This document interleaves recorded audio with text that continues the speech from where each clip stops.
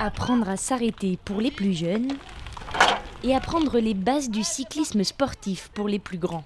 Comme chaque mercredi, l'école de vélo s'entraîne sur cette piste dans des conditions optimales. Voilà, allez, ça pédale. On peut travailler un peu tous les aspects du cyclisme, que ce soit la maniabilité, l'agilité sur le vélo, et puis tous les aspects qui sont savoir rouler en groupe, savoir gérer un petit peu ses allures, savoir gérer ses changements de vitesse et son freinage, passer ses relais, tous les aspects qu'on peut retrouver quand on roule sur la route.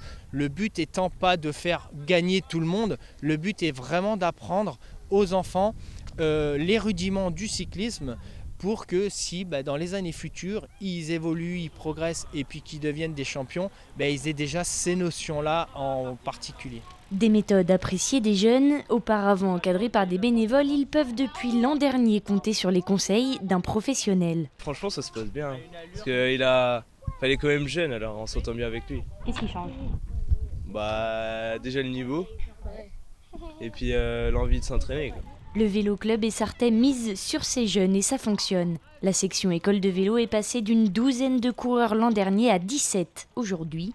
Côté sportif, 4 cyclistes sont aujourd'hui au CREF, le centre régional de sport-études, et l'équipe a raflé les trophées la saison dernière. On en voit tous les bénéfices puisque l'année dernière, le club est devenu champion régional pour la première fois de son histoire. Il a quand même 40 ans d'existence. Et on a réalisé aussi le doublé, parce qu'on est devenu champion départemental à Chaland, en Vendée. Donc voilà, c'était quelque chose de formidable et les parents et le club étaient très, très heureux de ces 2 titres. Le club espère cette année encore faire la course en tête et remporter ces mêmes compétitions.